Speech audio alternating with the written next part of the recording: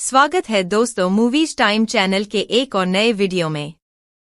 आज हम एक्सप्लेन करने वाले हैं साउथ की एक बहुत ही प्यारी फिल्म को जिसका नाम है मियाडगन। तो आइए वीडियो स्टार्ट करते हैं।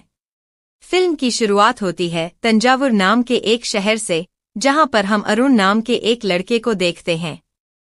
वह बहुत ही ज्यादा उदास और रो रहा होता है क्योंकि आज उनके घर का बंटवारा हो रहा है और आज ही उसे अपने शहर को छोड़कर जाना पड़ेगा। अरुण को अपना यह शहर, अपना घर और अपने घर के आसपास के लोग बहुत पसंद हैं। वह इस जगह से पूरी तरह से जुड़ा हुआ महसूस करता है। उसकी एक बड़ी फैमिली है और सभी लोग साथ में रहते हैं, लेकिन बंटवारे की वजह से अब घर के लोग अलग हो रहे हैं और अरुण को अपने घर से जाते हुए बहुत दुख हो रहा है। घर में कुछ लोग ऐसे भी हैं जो नहीं चाहते कि अरुण और उसकी फैमिली यहां से जाए। अरुण की एक कजिन सिस्टर भी है, भुवना, जिसे वह बहुत पसंद करता है। भुवना उससे कहती है, भैया आप नहीं जाओ, लेकिन अरुण को तो जाना ही पड़ेगा क्योंकि उसके पिता की जिद है। अरुण के पास एक साइकिल भी है और उसके पिता उससे पूछते हैं कि क्या वह इस साइकिल को अपने साथ ले जाना चाहता है, पर अरुण मना कर देता है और कहता है इस साइकिल को किसी जरूरतमंद को दे देना। कहानी अब 22 साल आगे शिफ्ट हो जाती है। अरुण अब बड़ा हो चुका है और मथुरा में रहता है। उसकी शादी हो चुकी है और उसकी एक बेटी भी है। वह क्रिकेट का कोच है और बच्चों को क्रिकेट सिखाता है। एक दिन उसे एक शादी का इनविटेशन मिलता है जो तंजावुर से आया है। ये इनविटेशन उसके चाचा की लड़की की शादी का है, लेकिन अरुण तय नहीं कर पाता कि वह शादी में जाए या नहीं।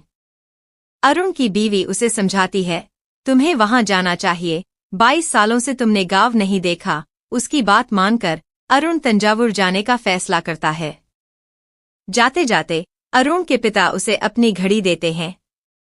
इसके बाद वह अपनी बीवी को अलविदा कहकर तंजावुर के लिए निकल पड़ता है। 22 साल बाद तंजावुर पहुंचने पर अरुण को वहां बहुत अच्छा महसूस होता है। वह अपनी बीवी को कॉल करके बताता है, यहां आकर मुझे बहुत अच्छा लग रहा है। अरुण बस से अपने चाचा की लड़की की शादी में शामिल होने के लिए रवाना होता है। रास्ते में उसकी मुलाकात पांडु नाम के बस कंडक्टर से होती है, जो अरुण के पिता का पुराना छात्र था।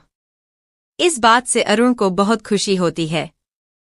रास्ते में रेलवे क्रॉसिंग को पार करते हुए अरुण आखिरकार उस जगह पर पहुंचता है जहां शादी हो रही होती है। शादी में पहुंचकर अरुण घबरा जाता है कि इतने साल बाद वह अपने रिश्तेदारों से किस तरह से मिलेगा। तभी उसकी मुलाकात उसकी कजिन सिस्टर से होती है। वह अरुण को देखकर बहुत खुश होती है। उसके तुरंत बाद एक शख्स आता है और अरुण की आंखें बंद कर देता है। वह कहता है, हम दोनों बचपन में साथ खेले हैं और तुम मुझे जानते हो। अरुण उसे जानने का नाटक करता है, जबकि वह उसे बिल्कुल नहीं पहचानता। उस शख्स को हम सुंदरम कहेंगे, हालांकि उसका असली नाम कुछ और है। सुंदरम अरुण से ऐसे मिल रहा होता है जैसे वह उसका खोया हुआ भाई हो। वह हर पल अरुण के साथ रहना चाहता है और उससे बातें करना चाहता है। सुंदरम अरुण को शादी के भोज में ले जाता है, जहां अरुण की मुलाकात सुक्कू मामा से होती है। सुक्कू मामा उन्हें देखकर खुश होते हैं क्योंकि वह चाहते थे कि अरुण की फैमिली कहीं और न जाए। सुक्कू मामा सुंदरम के बारे में बताते हैं कि वह एक मस्तीखोर इंसान है जिसे सभी लोग पसंद करते हैं। अरुण के पिता से भी सुक्कू मामा की बातचीत होती है, जिसमें वह दुखी होते हैं कि उन्होंने अरुण को इतने सालों से नहीं देखा।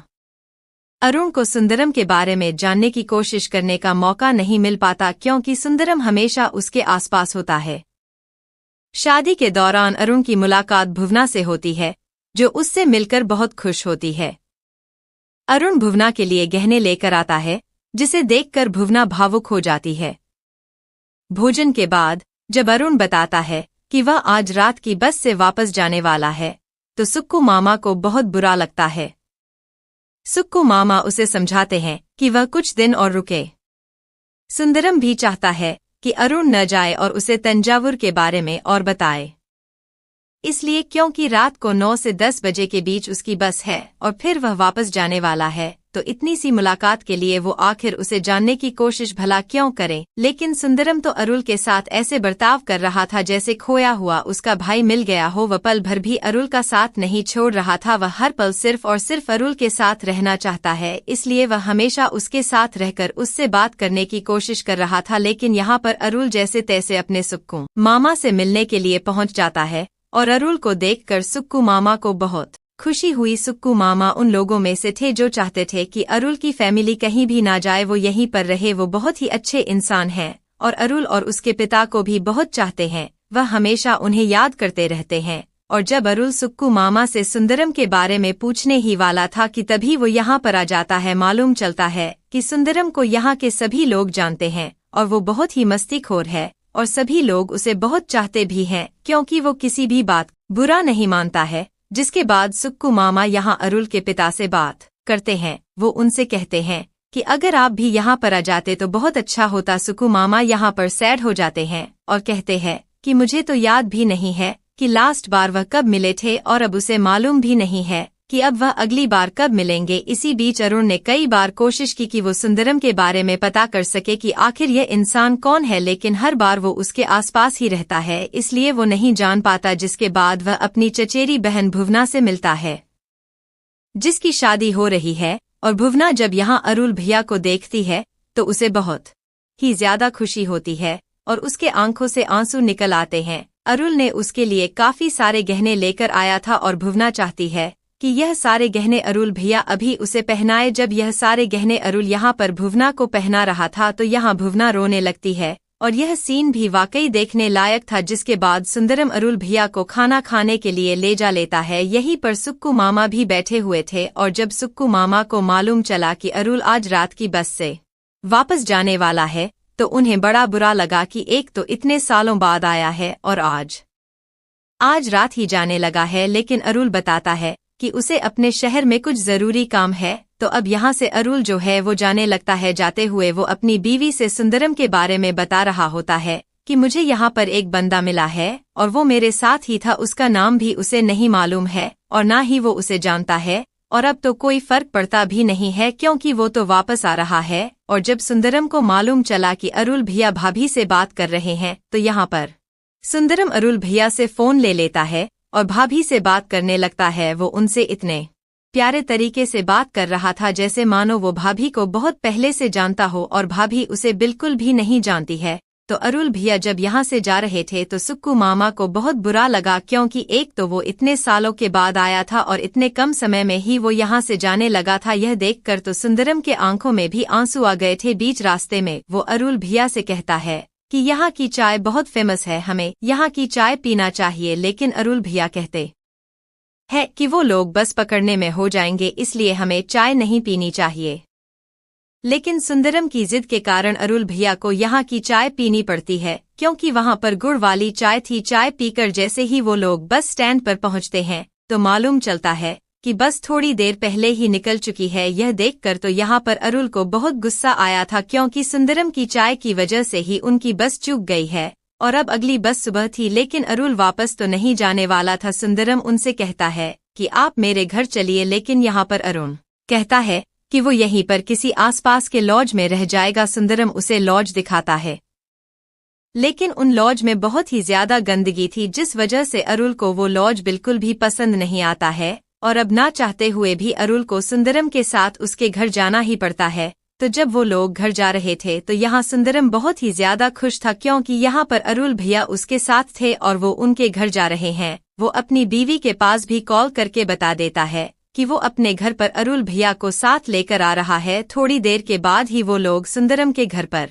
पहुंच जाते हैं। वहां वो सुंदरम की वाइफ से मिलते हैं। मालूम चलता है कि सुंदरम की वाइफ भी अरुल भैया को बहुत अच्छे से जानती है। वो यहाँ पर अरुल भैया को बताती है कि यह आपके बारे में बहुत बात करते हैं। लेकिन अरुल को बहुत ही ज्यादा अजीब लग रहा था, वो इसलिए क्योंकि वह सुंदरम को नहीं जानता है और उसे अपने फ्लैशबैक की कुछ बातें याद भी नहीं है। इसलिए दीवार पर लगी कुछ फोटोज के द्वारा वो याद करने की कोशिश करता है कि आखिर यह बंदा कौन है, ताकि वह इसे पहचान सके। लेकिन दीवार पर लगी फोटोज के द्वारा तो उसे कुछ भी नहीं पता चल पाता है। वो सुंदरम से पूछ भी नहीं सकता है कि आखिर वह कौन है, क्योंकि इतना सारा वक्त साथ में बिता जो लिया है, इसलिए अब अरुल भैया तो सुंदरम से बिल्कुल भी नहीं पूछ सकते हैं कि आखिर वह कौन है। जिसके बाद वो लोग शराब पीने लगते हैं और यहाँ पर बहुत सारी बातें भी करने लगते हैं। सुंदरम यहाँ पर अरुल भैया से कहता है कि उसकी बचपन से इच्छा थी कि वो हमेशा आपके साथ रहे और आपकी तरह रहे और आपकी तरह ही बने। जिसके बाद सुंदरम अरुल भैया को अपने सांड से मिलाने के लिए ले जाता है। वो बताता है कि जब इस सांड को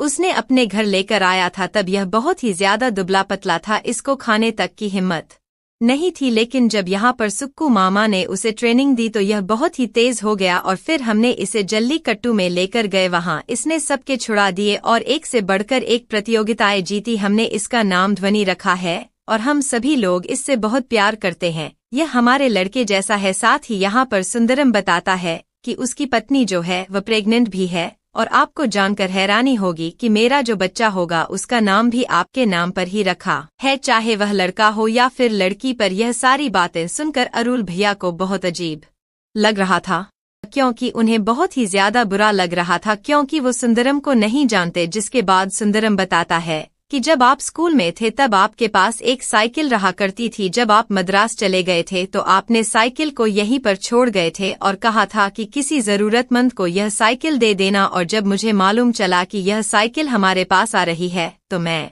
बहुत ही ज्यादा खुश हुआ था। हम फैमिली के चारों लोग उस साइकिल पर बैठकर बहुत घूमते थे और बहुत ही ज्यादा खुश रहा करते थे। जब वह साइकिल मेरी जिंदगी में आई तो मेरी जिंदगी पूरी तरह से बदल गई थी। मैं हमेशा उस साइकिल का बहुत ख्याल रखता था और हर बार अस्त्रों की पूजा के समय में उसे भगवान की तरह पूजता था और अभी भी पूजता हूँ, क्योंकि वो मेरे लिए मेरी जिंदगी का हिस्सा है। यह बताते हुए वो इमोशन हो जाता है। जिसके बाद सुंदरम यहाँ अरुण भैया को साइकिल दिखाता है और अरुण भैया कहते हैं कि इस बात पर तो एक बियर और बनती है। जिसके बाद वो उसी साइकिल से डैम पर जाते हैं और वहां जाकर खूब शराब पीते हैं। यहाँ पर अरुल भैया अपने बारे में भी बताते हैं। वो कहते हैं कि जिस तरह से यह साइकिल तुम्हारे लिए बहुत ज्यादा इम्पोर्टेंट है, उसी तरह से ये शहर मेरे लिए बहुत ही ज्यादा इम्पोर्टेंट रहा करता था। मैं इस शहर में बहुत ही ज्यादा खुश रहा करता था। हर एक छोटी चीज मेरे लिए मायने रखती थी और मैं सभी से बहुत प्यार किया करता था। सपने में भी कभी नहीं सोचा था कि एक दिन इस शहर को छोड़ना पड़ेगा। जिसके बाद वह वापस आने लगते हैं और दोनों यहाँ पर खूब डांस और एंजॉय करते हैं।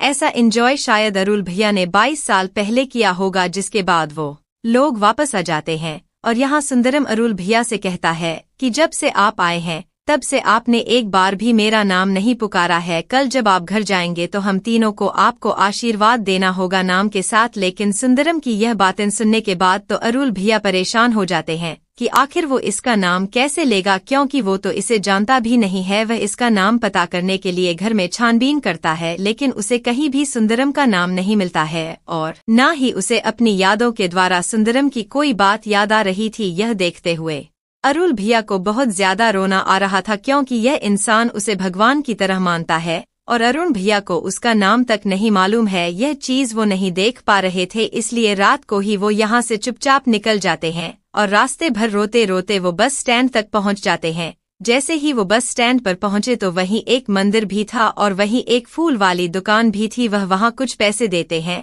और कहते हैं कि पूजा करवा देना, लेकिन किसके नाम की पूजा करवाना है उसे नहीं मालूम है, क्योंकि उन्हें सुंदरम का नाम नहीं मालूम। लेकिन जैसे ही अरुण भैया यहाँ से वापस जाने लगते हैं तो वो रास्ते भर सिर्फ और सिर्फ सुंदरम की बातें ही सोच रहे थे। हमेशा सिर्फ और सिर्फ उसी की याद आ रही थी। वो सिर्फ एक दिन के लिए तंजावुर गए थे, लेकिन उन्हें ऐसा लगा कि शायद वो 22 साल सिर्फ इन एक दिन में जीकर वापस लौटे हैं। वो सुंदरम के बारे में अपनी बीवी को बताते हैं। वो बताते हैं कि सुंदरम उसे भगवान की तरह मानता है, लेकिन मैं तो उसका नाम तक नहीं जानता हूँ और ना ही रिश्ता कि वो आखिर मेरा लगता क्या है। उसने मुझसे जब नंबर मांगा था तो मैंने उसे नंबर गलत दे दिया कि आखिर भला वो किसी अनजान शख्स को अपना नंबर क्यों दे। उसका नंबर मेरे पास जरूर है, लेकिन मैं उसके पास कॉल नहीं कर सकता, क्योंकि इतने समय मैं उसके साथ रहा और अब मैं उसके पास कॉल कर कर पूछूंगा कि आखिर वो है कौन तो बहुत ही अजीब लगेगा और इतनी हिम्मत तो मेरे अंदर है भी नहीं। ये सारी बातें यहाँ पर अरुल की बेटी सुन रही थी। तब मालूम चलता है कि जिस घर में अरुल रहता है वह किराए का घर है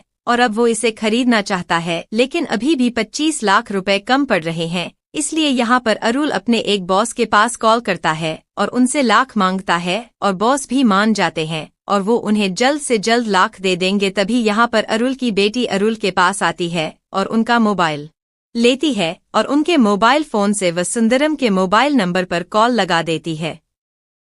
वहां जब सुंदरम कॉल उठाता है तो वो पहचान नहीं पाता है, लेकिन बाद में जब अरुण भैया सुंदरम को बताते हैं कि वो अरुण भैया बोल रहे हैं तो यह सुनने के बाद तो सुंदरम बहुत ही ज्यादा खुश हो जाता है। वो उनसे बहुत गुस्सा था, कहता है कि आखिर आप मुझे इस तरह से अकेले छोड़कर कैसे जा सकते हैं? कोई इंसान आखिर बिन बताए यहाँ से कैसे जा सकता है? मैंने आपको कई बार कॉल लगाने की कोशिश भी की थी, लेकिन हर बार कोई और ही उठा रहा था। अरुण भैया यहाँ पर सुंदरम से कहते हैं कि मुझे तुमसे कुछ जरूरी बात करनी है यहाँ पर सुंदरम कहता है कि बहुत जरूरी बात तो मुझे मालूम है कि आपको पैसों की जरूरत है, क्योंकि सुक्कू मामा ने मुझे बताया था। सुंदरम कहता है कि ज्वेलरी और बैंक बैलेंस को मिलाकर मेरे पास 1 लाख रुपए हैं, मैं आपको दे सकता हूँ। लेकिन अरुण भैया कहते हैं कि मुझे तुमसे इससे भी ज्यादा जरूरी बात करनी है। वो कहते हैं कि मैंने शादी में तुम्हें गलत नंबर दिया था, क्योंकि मैं तुम्हें जान नहीं पाया था कि आखिर तुम कौन हो। मैं तुम्हें अभी भी नहीं जानता हूँ, ना ही पहचानता हूँ। यह सुनने के बाद सुंदरम को बहुत बुरा लगा और वह थोड़ी देर तक तो बहुत रोता है, लेकिन सुंदरम दिल का बहुत साफ था, इसलिए वह अरुण भैया से कहता है कि मैंने आपको इसके लिए माफ कर दिया, लेकिन आपको भी मुझे माफ करना होगा। वो इसलिए क्योंकि उस रात जब हमारी बस छूटी थी तो वो बस जबरदस्ती मैंने छुड़वाई थी, क्योंकि मैं नहीं चाहता था कि आप इतने जल्दी चले जाओ। जिसके बाद वो फ्लैशबैक की स्टोरी बताने लगता है। वो कहता है कि मैं अपने घर से आपके घर पर आया था, हमारी बहुत बड़ी फैमिली है